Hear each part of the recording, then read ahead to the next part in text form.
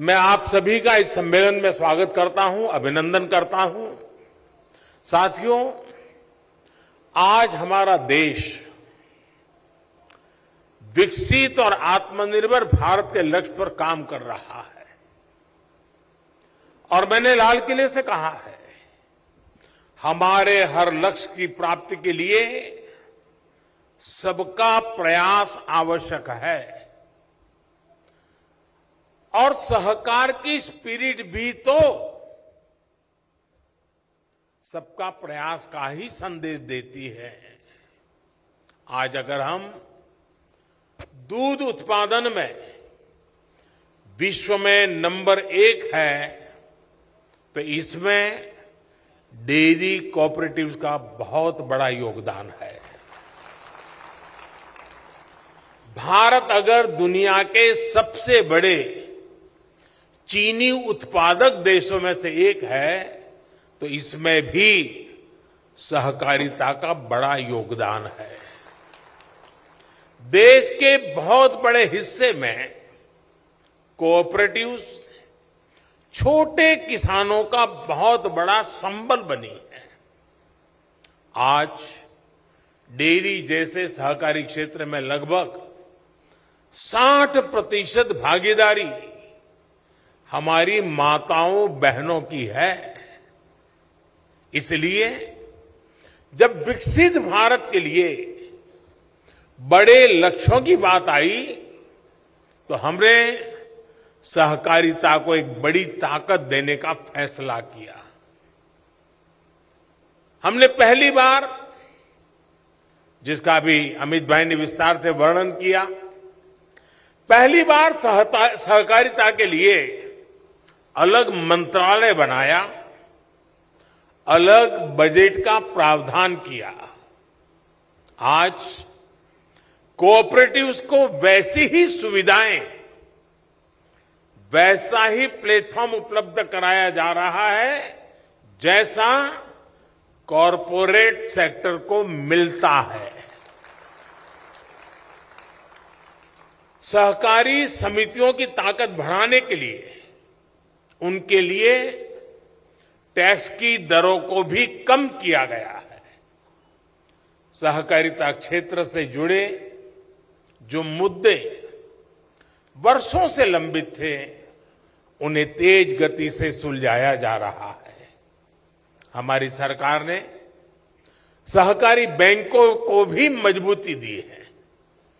सहकारी बैंकों को नई ब्रांच खोलनी हो, लोगों के घर पहुंचकर बैंकिंग सेवा देनी हो, इसके लिए नियमों को आसान बनाया गया है। साथियों, इस कार्यक्रम से इतनी बड़ी संख्या में हमारे किसान भाई बहन जुड़े हैं। बीते 9 वर्षों में जो नीतियां बदली हैं, निर्णय लिए गए हैं, उनसे क्या बदलाव आया है, ये आप अनुभव कर रहे हैं। आप याद कीजिए, 2014 से पहले अक्सर किसानों की मांग क्या होती थी? किसान कहते थे कि उन्हें सरकार की मदद बहुत कम मिलती है और जो थोड़ी सी मदद भी मिलती थी वो बिचौलियों के खाते में जाती थी। सरकारी योजनाओं के लाभ से देश के छोटे और मझले किसान वंचित ही रहते थे। पिछले 9 वर्षों में ये स्थिति बिल्कुल बदल गई है। आज देखिए, करोड़ों छोटे किसानों को पीएम किसान सम्मान निधि मिल रही है और कोई बिचौलिया नहीं, कोई फर्जी लाभार्थी नहीं। बीते 4 वर्षों में इस योजना के तहत 2.5 लाख करोड़ रुपए, आप सब सहकारी क्षेत्र का नेतृत्व करने वाले लोग हैं, मैं आशा करूंगा कि इन आंकड़ों पर आप गौर करेंगे। 2.5 लाख करोड़ रुपए सीधे किसानों के बैंक खातों में भेजे गए हैं। ये कितनी बड़ी रकम है, इसका अंदाजा आप एक और आंकड़े से अगर मैं तुलना करूंगा तो आप आसानी से लगा सकेंगे। 2014 से पहले के 5 वर्षों के कुल कृषि बजट ही मिला दें, 5 साल का एग्रीकल्चर बजट, तो वो 90,000 करोड़ रुपए से कम था। 90,000 से कम, यानी तब पूरे देश के कृषि व्यवस्था पर जितना खर्च तब हुआ, उसका लगभग 3 गुना हम सिर्फ एक स्कीम यानी पीएम किसान सम्मान निधि पर खर्च कर चुके हैं। साथियों, दुनिया में निरंतर महंगी होती खादों, केमिकल्स का बोझ किसानों पर ना पड़े, इसकी भी गारंटी, और ये मोदी की गारंटी है, केंद्र की भाजपा सरकार ने आपको दी है। आज किसान को यूरिया बैग, एक बैग का करीब करीब 270 रुपये से भी कम कीमत पर यूरिया की बैग मिल रही है। यही बैग बांग्लादेश में 720 रुपये में, पाकिस्तान में 800 रुपये में, चीन में 2100 रुपये में, और भाइयों बहनों, अमेरिका जैसे विकसित देश में इतना ही यूरिया 3,000 रुपये से अधिक में किसानों को मिल रहा है। मुझे नहीं लगता है कि आपके गले बात उतर रही है।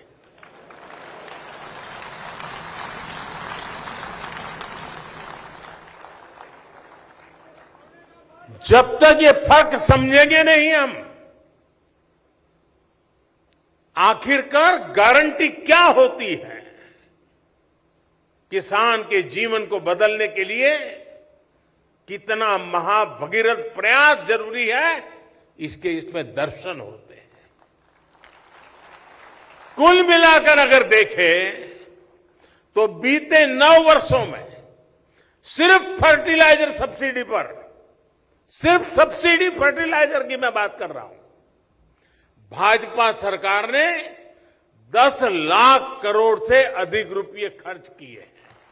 आज भारत की पहचान दुनिया में अपनी डिजिटल लेन देन के लिए होती है।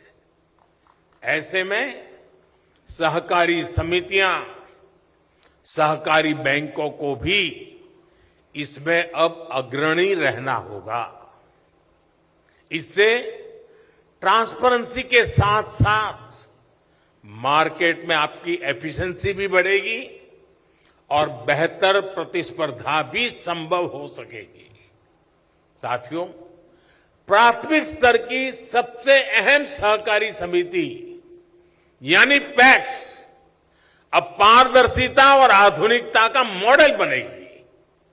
मुझे बताया गया है कि अभी तक 60,000 से ज्यादा पैक्स का कंप्यूटराइजेशन हो चुका है, और इसके लिए मैं आपको बधाई देता हूं। लेकिन बहुत आवश्यक है कि सहकारी समितियां भी अपना काम और बेहतर करें, टेक्नोलॉजी के प्रयोग पर बल दें। जब हर स्तर की सहकारी समितियां कोर बैंकिंग जैसी व्यवस्था अपनाएंगी, जब सदस्य ऑनलाइन ट्रांजैक्शन को 100% स्वीकार करेंगे, तो इसका देश को बहुत बड़ा लाभ होगा। साथियों, आज आप ये भी देख रहे हैं कि भारत का निर्यात, एक्सपोर्ट लगातार नए रिकॉर्ड बना रहा है। मेक इन इंडिया की चर्चा भी आज पूरी दुनिया में हो रही है। ऐसे में आज सरकार का प्रयास है कि सहकारिता भी इस क्षेत्र में अपना योगदान बढ़ाए। इसी उद्देश्य के साथ आज हम मैन्युफैक्चरिंग से जुड़ी सहकारी समितियों को विशेष रूप से प्रोत्साहित कर रहे हैं। उनके लिए टैक्स को भी अब बहुत कम किया गया है। सहकारिता सेक्टर निर्यात बढ़ाने में भी बड़ी भूमिका निभा रहा है। डेयरी सेक्टर में हमारे कोऑपरेटिव बहुत शानदार काम कर रहे हैं। मिल्क पाउडर, बटर और घी आज बड़ी मात्रा में एक्सपोर्ट हो रहा है। अब तो शायद हनी में भी प्रवेश कर रहे हैं। हमारे गांव देहात में सामर्थ्य की कमी नहीं है, बल्कि संकल्पबद्ध होकर हमें आगे बढ़ना है। आज आप देखिए, भारत के मोटे अनाज, मिलेट्स, मोटे अनाज जिसकी पहचान दुनिया में बन गई है, श्री अन्न, ये श्री अन्न लेकर के उसकी भी चर्चा बहुत बढ़ रही है। इसके लिए विश्व में एक नया बाजार तैयार हो रहा है। और मैं तो अभी अमेरिका गया था, तो राष्ट्रपति जी ने जो भोज रखा था उसमें भी ये मोटे अनाज को श्री अन्न की वैरायटी रखी थी। भारत सरकार की पहल के कारण पूरी दुनिया में इस वर्ष को इंटरनेशनल मिलेट्स ईयर के रूप में मनाया जा रहा है। क्या आप जैसे सहकारिता के साथी देश के श्री अन्न को विश्व बाजार तक पहुंचाने के लिए प्रयास नहीं कर सकते? और इससे छोटे किसानों को आय का एक बड़ा साधन मिल जाएगा।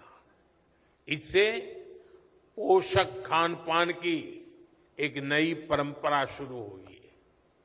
आप जरूर इस दिशा में प्रयास कीजिए और सरकार के प्रयासों को आगे बढ़ाइए।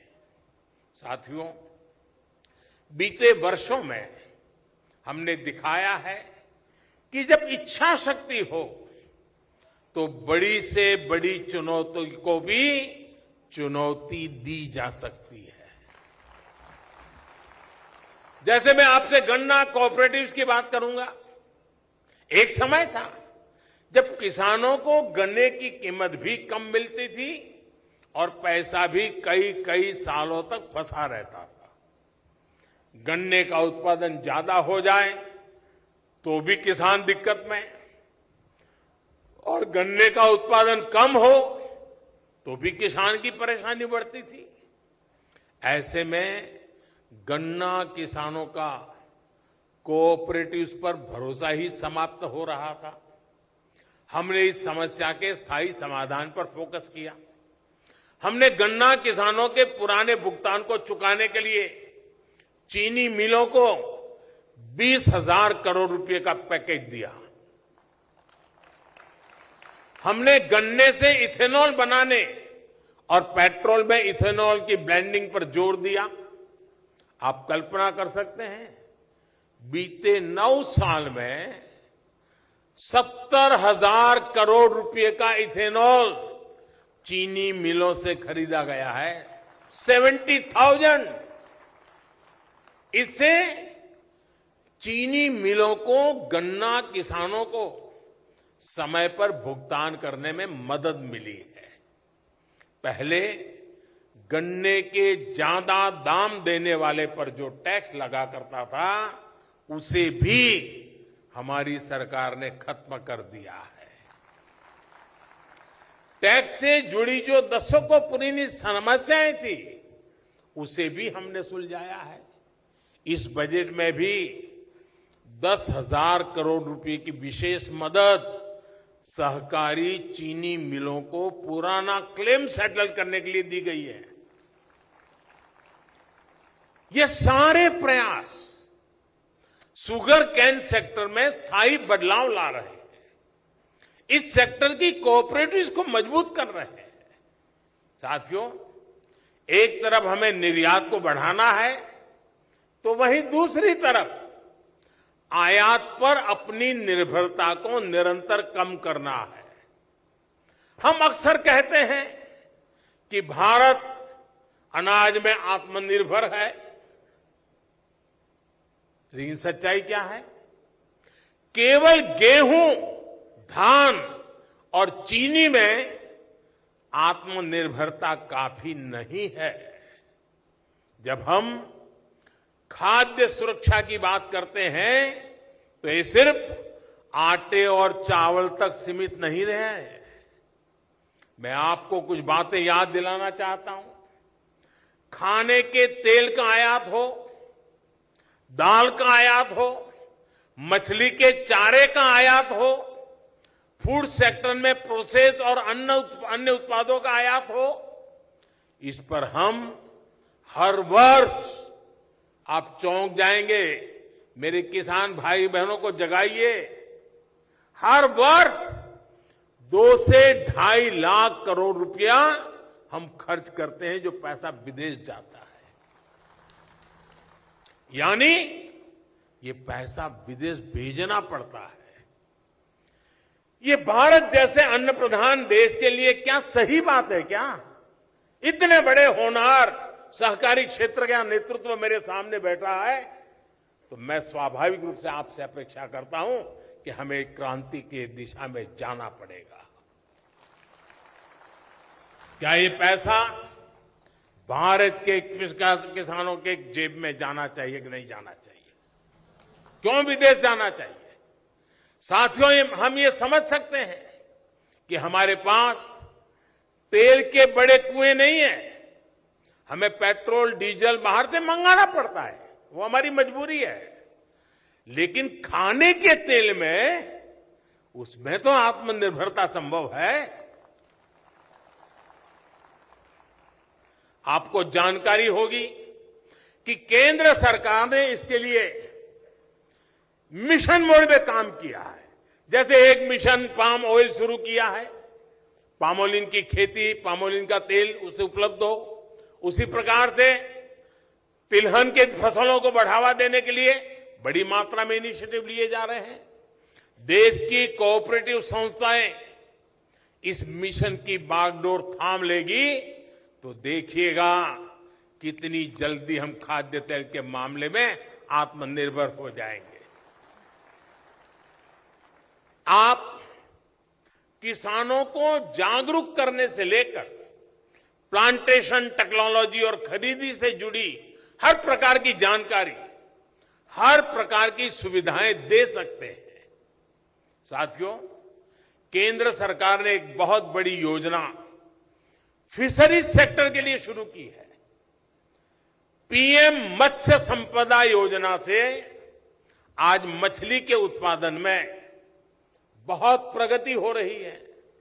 देश भर में जहां भी नदियां हैं, छोटे तालाब है, इस योजना से ग्रामीणों को, किसानों को आय का अतिरिक्त साधन मिल रहा है।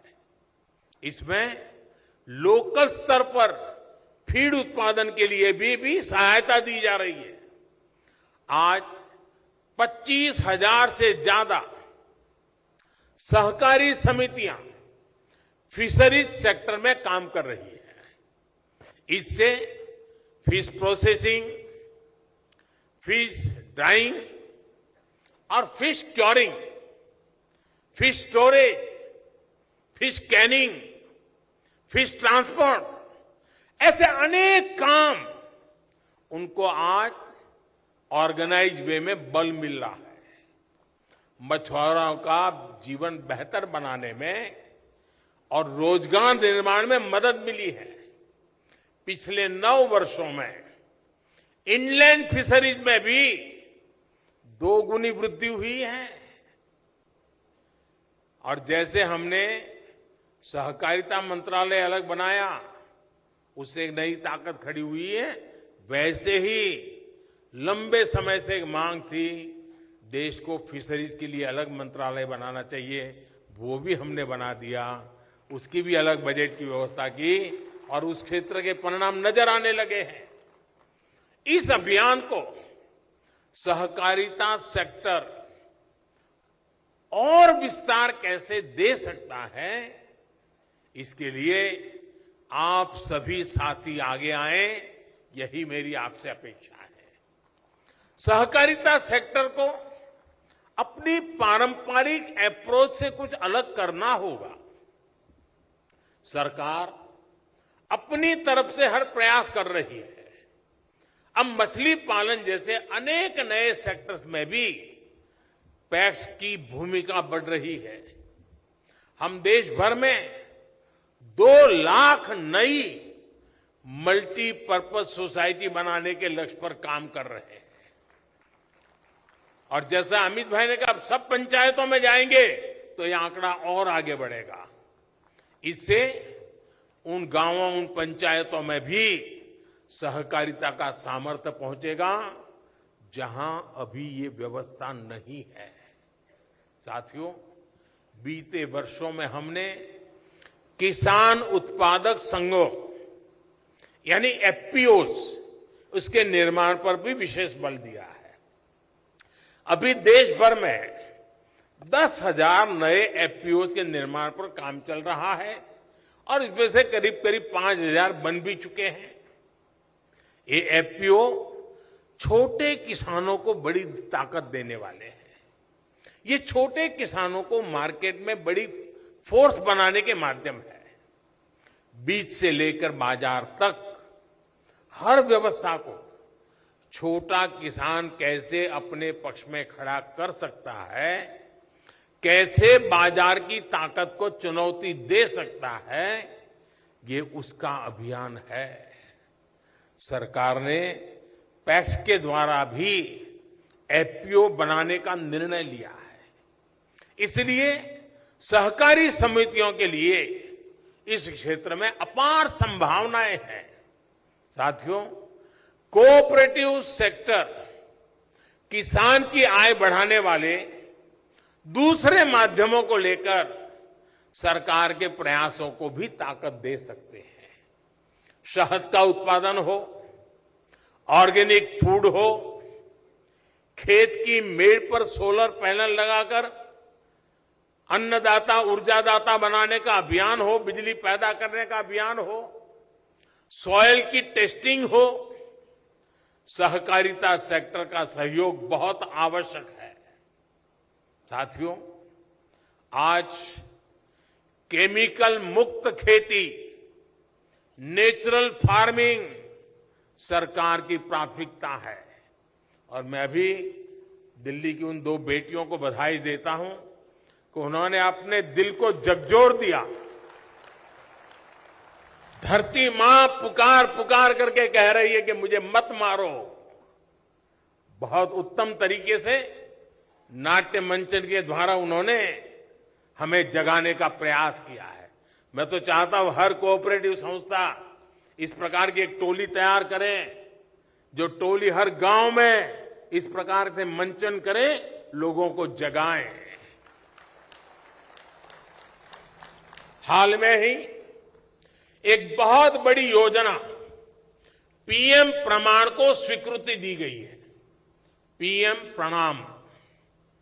लक्ष्य ये कि ज्यादा से ज्यादा किसान केमिकल मुक्त खेती अपनाएं। इसके तहत वैकल्पिक खादों, ऑर्गेनिक खाद के उत्पादन पर बल दिया जाएगा। इससे मिट्टी भी सुरक्षित होगी और किसानों की लागत भी कम होगी। इसमें सहकारिता से जुड़े संगठनों का योगदान बहुत अहम है। मेरा सभी सहकारी संगठनों से आग्रह है कि इस अभियान के साथ ज्यादा से ज्यादा जुड़िए। आप तय कर सकते हैं कि अपने जिले के 5 गांवों को केमिकल मुक्त खेती के लिए 100% हम करके रहेंगे। 5 गांव,